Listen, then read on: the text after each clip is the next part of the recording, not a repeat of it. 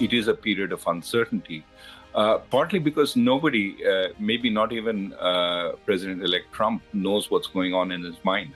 For example, the issue of tariffs. His Treasury Secretary to be has been talking about it being, more of a bargaining process, and that he'll settle down at something far less worrisome than what has been proposed across the board.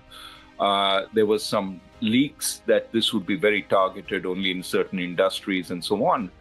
And then President-elect Trump basically said, look, no, this is all fake news. There's been no change. So it's unclear. I mean, as far as tariffs go, one of the biggest worries is that he actually believes that tariffs will bring jobs back to the U.S. and bring good jobs. But as our conversation earlier went, first, a typical move a company would have is to try and move the jobs to another emerging market if it can't sort of leave them in China. That's what they did with the first set of Trump tariffs.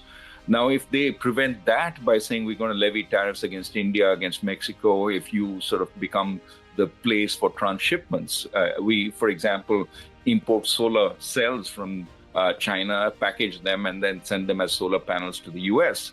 If that becomes targeted, then of course the belief is that those jobs will come back to the US. But the US has high cost labor, and so the only way it comes back is if there's more automation of the kind that we talked about. So there is going to be, in fact, a reduction in jobs in the world if, in fact, these tariffs are put up, because the industrial world has high cost labor.